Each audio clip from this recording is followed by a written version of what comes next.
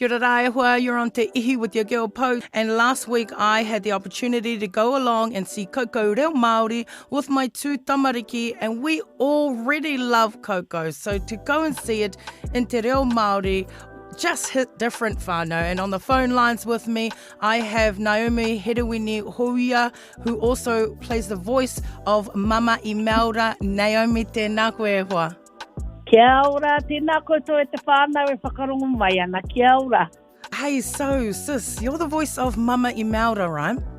Yeah. And she's an older character, not quite kaumātua, I would say. And in my opinion too, sister, you don't look close to her age at all. Oh, that's good. First of all, what made you decide to voice this character, Mama Imelda, who is a boss-ass lady anyways, and how do you crack her voice? Ka pai. I think, voicing this particular character, it kind of started with just getting involved with this movie in the very first instance. So, Coco Reo Māori ko te kaupapa ko te whānau. Hey, it's all about whānau. So, I think, Mama Imelda and her presence within the whānau, it just sort of, I connected with that. But so the decision was really easy, but it really began with the whole storyline of this movie. So yeah, awesome. Big up to Disney for this movie. Yes, rawe. E ia tētahi o tino rārangi o Mama Imelda. Nei. Tētahi o ngā tino rārangi. I think I might have a couple there to whānau. Yes. Ko tēnā, the part when she's like, it's kind of her first approach into the movie where she's at the office and the clerk and her having a bit of a... and she smashes the computer there. But wana kōrero, pautini puruheti.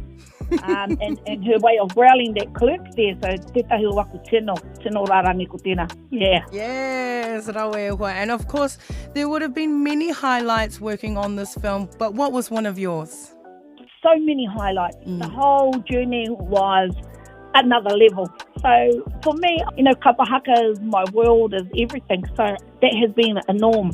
To go into a new space like media, recording and all of that, that definitely is the highlight. So working alongside the wonderful guys at Native Studio, whānau at Matewa Media, those definitely are the highlights. Just being with them and learning. Yeah. Kia ora. And what is so unique about a Disney movie in Te Reo Māori? He tino pāpai tēnā. Well, so I would have to say, the unique thing about a Disney movie, well, Disney is, the most famous, renowned movie-making people making. So to have it in our reo, from our whenua here, that's first and foremost the uniqueness. But the second thing, I think, is we take just not our language, but also ko ngā tikanga kei a tātou, ko tō tātou ao Māori, kei te kitea, kei te rangonga, ki te kiriata. So we're taking actually our Māori worldview of everything into these spaces, and it's amazing. It's mean. Yes, exactly. It makes me so proud to be a Māori as well, and I honestly loved the fact that I was taking my tamariki to the wharepikitia to see a Disney movie in Te Reo Māori. Cool. Rawe. Hey, Naomi, thank you so much for your time today. E hoa. You did an amazing job, by the way, of Mama Imelda on Coco. Loved it, and I loved all the characters on there. And ngā mihi nui kia koe e hoa. O tira kia koe hoki, te tuakana kia koutou hoki tahu e whi ngā mihi kia koutou.